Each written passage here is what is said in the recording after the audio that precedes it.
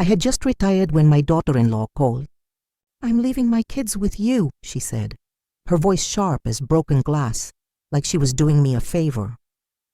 "You're free now, so you can handle them while I'm gone." I forced a smile, hung up the phone, and decided she'd learn a lesson she'd never forget. When she came back, my grandchildren stood behind me, and the silence that followed was heavier than anything I'd ever felt. A weight that crushed the air from the room and left her speechless. If this story resonates with you, if you've ever fought for family against all odds, please subscribe to the channel and join me for the next one. I promise, there's more where this came from. My name is Susan Carter, and after 32 years teaching at Willow Creek Middle School in Boise, Idaho, I thought I knew tough. I'd handled defiant teenagers, grieving parents, and crumbling school budgets. But nothing prepared me for Vanessa. At 65, I was ready to embrace retirement. My kitchen table was littered with travel guides, Glacier National Park, Route 66, a quiet cabin in Maine. I'd earned this after raising my son David, alone since his father passed in a logging accident when David was 5. That was 1989 and I'd been 29, left with $200 in savings, a kindergartner, and a teaching certificate. The years that followed were a blur of double shifts, mornings at school, afternoons tutoring, and nights spent sewing David's clothes by lamplight. I remember one Christmas when he was 8. I sold my mother's silver locket for $75 to buy him a bike and still put Toki on the table. He never knew. To him, I was invincible. The call came at 3:47 p.m. on my third day of freedom. Vanessa's name flashed on my phone and my stomach tightened. She never called unless she wanted something. "Susan," she started, no warmth, no pleasantries. "I've got a work trip in San Diego. Huge opportunity. I'm dropping off Mia, Ethan, and Sophie tomorrow at 8 a.m. You're retired now, so you've got time to watch them." "Vanessa, I have plans," I said, my voice steady but thin. "Plans?" She laughed, a cold cutting sound. "What, knitting scarves? Watching game shows? Come on, Susan, don't be selfish. They're your grandkids, selfish." The word stung. This was the woman who'd spent David's money on spa weekends while he worked 16-hour shifts at the power plant. "I'm not a babysitter, Vanessa. Have you talked to David?" "David's fine with it," she snapped. "Besides, you owe us. You're their grandmother. It's your job." She hung up before I could respond. My job. As if raising David through years of grief and sacrifice hadn't been enough. I sat in my living room, the travel guides mocking me. A framed photo from my last day at school sat on the mantel, me with a bouquet of daisies, surrounded by students. 32 years of shaping lives, and Vanessa thought I was useless. But I'd learned one thing in those years. The best lessons come with action, not words. I picked up my phone and called my old friend Nancy. "It's Susan. Remember those surveillance cameras you used during your custody battle? I need a favor. What was Vanessa hiding? I'd always suspected her work trips were more than they seemed. Last summer she'd claimed a conference in Vegas, but I'd seen her Instagram. Cocktails on a rooftop, a man's arm around her waist, no David in sight. Now she was leaving her kids for 2 weeks. Something was off, and I was going to find out what. The next morning, at 8:01 a.m., Vanessa's black Lexus pulled up. Mia, 11, Ethan, 9, and Sophie, 6, spilled out with overstuffed backpacks. Vanessa didn't get out of the car. "Be good," she called through the window. "Don't give your grandma trouble. I'll be back in 2 weeks. No hugs, no goodbyes. Just the roar of her engine as she sped off. The kids stood on my porch, looking like they'd rather be anywhere else. Mia clutched her phone. Ethan kicked at a pebble, and Sophie's eyes were glued to the ground. "Come in," I said, forcing cheer. I made blueberry muffins. They shuffled inside, ignoring the muffins on the counter. "Where's the Wi-Fi password?" Mia demanded, not looking up from her screen. "It's down for now," I lied, having unplugged the router. "Let's get you settled first." "This place sucks," Ethan muttered, tossing his backpack on the floor. Sophie just stared at her shoes. I wasn't surprised. Vanessa had spent years poisoning them against me. Last Easter, she'd cancelled my visit because my house was too cluttered for the kids. The truth? She didn't want me close. She'd always kept me at arm's length, smiling to my face, but whispering to David that I was overbearing and outdated. I'd overheard her once, 3 years ago at Sophie's 3rd birthday. Susan's just so basic. David could have done better if she hadn't held him back. That memory burned as I watched the kids scatter to separate corners of my house. But I had a plan. Nancy was bringing her equipment tonight. Tiny cameras, audio recorders, and a contact at the local family services office. If Vanessa was up to something, I'd catch her, and I'd protect my grandchildren even if they didn't know they needed it yet. By noon, the kids were restless. Ethan had knocked over a lamp by accident. Mia refused to eat lunch because it wasn't vegan like her mom's food, and Sophie had drawn on my wall with a marker. I kept my cool, remembering the tantrums I'd managed in classrooms. But then I found it, the first piece of proof. While cleaning up Sophie's crayons, I spotted Mia's phone on the couch. It was unlocked, a message open. It was from Vanessa to someone named Ryan. Flight lands at 7. Meet me at the Marriott, room 4 and 12. Don't tell anyone. The date was today, October 13th, 2025. My heart sank. A work trip, she'd said. I snapped a photo of the screen and returned the phone before Mia noticed. What was Vanessa planning? Was Ryan just a fling or something worse? I'd seen enough troubled families to know neglect when it was staring me in the face. These kids weren't just bratty, they were hurting. And I was going to find out why. That night, Nancy arrived with a duffel bag. 3 micro cameras, she whispered, handing me devices no bigger than a dime. 1 audio recorder for the living room, 1 for the kitchen. And this, she slid me a folder. Bank records. Vanessa's been moving money, $22,000 from David's account to an offshore account in the Caymans, dated September 10th, 2025. I stared at the numbers, my hands shaking. David had no idea. He was working himself to death while Vanessa drained him dry. Nancy, is your cousin still at family services? She's expecting your call tomorrow, Nancy said. But you need hard evidence for a case like this. I'll get it, I promised. Vanessa had underestimated me for the last time. The next morning, I set the table with pancakes and orange juice. The kids trudged in, skeptical but hungry. These are better than Mom's, Sophie mumbled, her mouth full. Mia shot her a look but ate silently. Ethan took 2 bites and pushed his plate away. When's Mom coming back? 2 weeks, I said. But we're going to have fun. Starting with chores. Chores? Mia scoffed. Mom says we don't have to do anything at your house. Your mom's not here, I replied. In this house, we all pitch in. Mia, you're on dishes. Ethan, sweep the porch. Sophie, tidy the toys. This is stupid, Ethan snapped, storming off. But Sophie started picking up her crayons, and Mia, after a long glare, grabbed a sponge. Progress, however small. That afternoon, I caught Mia sneaking a look at her phone. Another message from Vanessa. Tell the kids to behave or they won't see me again. My blood boiled. A threat, disguised as parenting. I copied the message and added it to my growing file. What kind of mother threatens her kids like that? I remembered a parent from my teaching days. A woman who'd used her son as a bargaining chip to control her husband.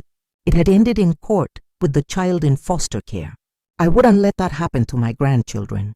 But I needed more than messages. I needed the truth. By day 3, the kids were testing every boundary. Ethan had spilled juice on my rug, claiming it was an accident. Mia called me boring to my face, echoing Vanessa's words. Sophie clung to a stuffed bunny, refusing to speak. But then at 1 a.m., I heard crying from Sophie's room. Not a tantrum. Real, raw sobs. I crept in and found her clutching a photo of me and her from 2 years ago, when I'd taken her to the zoo. Vanessa had cut that visit short, claiming Sophie was too tired. Now Sophie's little voice trembled. Mom says you don't love us because you're always busy. I sat on her bed, my heart breaking. Sophie, I'm never too busy for you. Your mom, she says things to keep us apart. But I'm here now. She looked up, eyes wide. Mom's always gone. She leaves us with babysitters. I don't like Ryan. He's mean. Ryan! I kept my voice calm. Who's Ryan? Sophie froze like she'd said too much. Mom's friend. I'm not supposed to tell. I hugged her, promising myself I'd protect her from whatever Vanessa was hiding. Ryan wasn't just a fling. He was part of something bigger, and I was going to find out what. The next day, I installed Nancy's cameras. One in the living room, hidden in a bookshelf, another in the kitchen, disguised as a clock. The audio recorder went under the dining table. If the kids knew more, I'd catch it. That evening, while they ate spaghetti I'd made, Ethan let something slip. Mom said when we move to San Diego, we'll have a big house with a pool. Move? I asked, casual but alert. When did she say that? Ethan shrugged. Last month. She said Dad doesn't need to know yet. I exchanged a glance with the camera. Vanessa was planning to take the kids. Permanently. My hands shook as I cleared the plates, but I kept my voice steady. Sounds like a big change. What else did she say? Nothing, Mia cut in, glaring at Ethan. Stop talking. But Ethan wasn't done. She said Grandma's house is old and gross, and we'll be better off without it. I swallowed the hurt. Vanessa's words weaponized through my grandson. But I had a weapon of my own now, evidence. That night, I checked the recorder. Mia's voice came through, hushed but clear. Mom told me not to tell Grandma about the new house. She said if we do, Dad will be sad forever. Sad forever. Vanessa was manipulating them into silence, just like she'd manipulated David. I saved the clip and called Nancy. I need your cousin to come tomorrow. This is bigger than I thought. What was Vanessa's end game? A new life with Ryan funded by David's money? I wasn't just fighting for my grandkids. I was fighting for my son's future, too. By day 5, the kids were softening. Sophie helped me bake cookies, giggling as flour dusted her nose. Ethan swept the porch without complaint. Mia still resisted, but she ate my food and didn't call me names. I used my teaching tricks, structure, rewards, patience. But the real breakthrough came on day 6, when I found Ethan's notebook. He'd left it open on the couch, a list scrawled inside. Things Mom said about Grandma. The entries gutted me. Grandma's too poor to matter. Grandma's why Dad's not successful. Grandma's house smells like old people. Dated October the 1st, 2025. It was Vanessa's handwriting, not Ethan's. She'd been coaching him to hate me. I photographed the page and tucked the notebook back. That night, I sat Ethan down. I found your list. Want to talk about it? He looked away, ashamed. Mom said you're embarrassing. That's why we never visit. Do you think I'm embarrassing? I asked gently. He hesitated, then shook his head. You're nice. You make good food. Mom doesn't cook. I hugged him, feeling the first crack in Vanessa's wall. You're allowed to think for yourself, Ethan. Always. The next morning, I called David. Can you come over tonight? It's important. Is it the kids? He asked, worry in his voice. It's everything, son. Just come. David arrived at 6:30 p.m., his work boots heavy with mud, his face lined with exhaustion. He was 41 but looked older, worn down by years of providing for Vanessa's demands. What's wrong, Mom? I handed him the folder. Screenshots of Vanessa's texts, the bank records, Ethan's notebook. Vanessa's not on a work trip. She's with a man named Ryan, planning to take the kids to San Diego. She's been stealing from you. $22,000 gone. David's hands shook as he read. This can't be right. She said she needed the money for the kids' school fees. She lied, I said softly. She's been lying for years. The kids know about Ryan. They're scared, David. He sank into a chair, head in his hands. I'm such a fool. How did I miss this? You trusted her, I said. But now you need to protect your kids. Mia appeared at the doorway, eyes wide. Dad, is it true? Is Mom leaving us? David looked up, tears in his eyes. Come here, sweetheart. He opened his arms and Mia ran to him. Ethan and Sophie followed, and for the first time in years, I saw my son hold his children like he'd never let go. What would happen when Vanessa returned? I had 8 days left to prepare. With David on board, we were a team now, and Vanessa was about to face a reckoning she never saw coming. The next week was a whirlwind. David took time off work, staying at my house to rebuild his bond with the kids. We set rules: breakfast at 7:30, chores by 9, family time in the evenings. Mia grumbled, but started helping with laundry. Ethan took to gardening, proud of his first tomato plant. Sophie drew pictures of us together, her bunny always in the frame. I called a lawyer, Mr. Thompson, a gruff man in his 50s who specialized in family law. He reviewed my evidence, texts, bank records, the notebook, and recordings. "This is enough for emergency custody," he said. "Vanessa's actions border on parental kidnapping and fraud. We can file for divorce and a restraining order." "I don't want her in jail," David said. "I just want my kids safe." "We'll offer her a deal," Thompson replied. "Sign over custody, repay the money, or face charges." Nancy's cousin Emily from Family Services visited on day 8. She interviewed the kids privately, her face grim as she emerged. "These children are emotionally neglected. Vanessa's manipulation is textbook, isolating them from you, Susan, and using them to control David. I'm recommending supervised visitation for her." That night, Sophie crawled into my bed clutching her bunny. "Grandma, is Mom bad?" "She's made bad choices," I said carefully. "But you're not her choices. You're you and you're wonderful," she nodded, snuggling closer. "I like it here. It feels safe. Safe. That's what I'd been fighting for." But Vanessa's return was looming, and I needed one more piece of evidence to seal the case. On day 10, Mia handed me a crumpled envelope. "I found this in Mom's car last month." I wasn't supposed to look.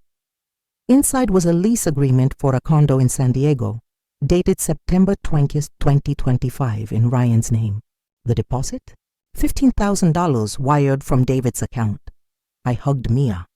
"You're so brave. This helps us protect you," she cried, her tough exterior crumbling. "Mom said if I told anyone I'd ruin everything." "You didn't ruin anything," I said. "You saved your family." What did Vanessa think she'd gain by stealing her children's future? I wasn't just angry, I was determined. With the lease, recordings, and bank records, we had an airtight case. Vanessa's lies were unraveling, and I was ready to face her. By day 12, the kids were different. Mia smiled when I taught her to knit. Ethan asked about his dad's childhood, hungry for stories. Sophie sang while we baked, her voice bright. David was healing too, laughing with them in a way I hadn't seen since he was a boy. On day 13, we took the kids to a local fair. They rode the Ferris wheel, ate cotton candy, and forgot their fears for a few hours. As we sat on a bench, Mia leaned against me. "Grandma, what if Mom takes us away?" "She won't," I said. "Your dad and I won't let that happen." Ethan looked at me serious. "You're not like Mom said." "You're strong," I smiled, my heart full. "So are you, Ethan. So are you." The night before Vanessa's return, David and I finalized our plan. The kids would stay with Nancy during the confrontation. Thompson would be there with the divorce papers. Emily had arranged for a police officer to wait nearby. We were ready. At 11:55 a.m., Vanessa's Lexus pulled into my driveway. She stepped out tanned and confident in a designer sundress, a new Prada bag slung over her shoulder. She didn't knock, just walked in. "Susan, where are my kids?" "I'm taking them home." David stood, his voice calm but firm. "They're not going with you, Vanessa." She froze, then laughed. "What's this? Another one of your mother's stunts?" "Honestly, Susan, you're pathetic." Mr. Thompson stood. "Mrs. Carter, I'm David's attorney. We have evidence of your fraud. $22,000 stolen from David's account, a lease in San Diego, and messages planning to abduct the children." Vanessa's smile vanished. "That's ridiculous." "David, tell him he's wrong." David placed the folder on the table. "It's all here, Vanessa. The texts, the bank records, the lease for 1420 Ocean Drive, San Diego, signed September 20th, 2025. You've been lying to me for years. You're spying on me?" She shrieked. "That's illegal." "No," Thompson said. "What's illegal is fraud and attempted kidnapping. Sign the divorce papers, waive custody, and repay the money or face charges. Up to 5 years in prison." Vanessa's face twisted. "You can't take my kids. I'm their mother." You're the mother who called them burdens, I said, playing the recording from Mia's phone. These kids are holding me back. Once we're in San Diego, Ryan, it's just us, she staggered, clutching the coach. That's edited. You're lying. No, Vanessa, David said. You're the liar. The kids know about Ryan. They know you plan to take them away. The door opened, and Mia stepped in, followed by Ethan and Sophie. They'd slipped away from Nancy's. Mom, Mia said, her voice steady, you don't love us. You love yourself. Vanessa lunged towards them, but David stepped between. Don't. They've chosen to stay with me. You brainwashed them. Vanessa screamed, turning to me. This is your fault, you interfering hag. No, Sophie said, clutching her bunny. Grandma showed us what love is. You never did. The silence was deafening, broken only by Vanessa's shallow breaths. She grabbed the papers, signed them with a shaking hand, and threw them down. You'll regret this. All of you! She stormed out, her Prada bag swinging. The kids ran to David and I made tea, my hands steady despite the chaos. 3 months later, my house was alive with color. My living room, once a battleground, was now Susan's Craft Corner, a weekend art school for neighborhood kids. I charged $15 a class, but the real payment was the laughter. David had moved closer, renting a house 2 blocks away. He'd been promoted to supervisor, his smile back. The kids were thriving. Mia joined the school choir. Ethan's tomatoes won a local gardening contest. Sophie's drawings covered my fridge. Vanessa had vanished, last seen working retail in California. Her San Diego dream collapsed when Ryan left her. One evening, as we ate chili the kids had helped make, Mia raised her glass.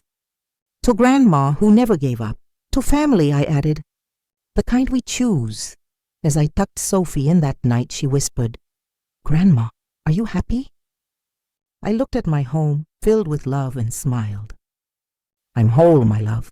If this story touched you, if you've ever had to fight for family, leave a comment and tell me your story. And if you believe in second chances, subscribe to the channel. There are more stories like mine waiting for you.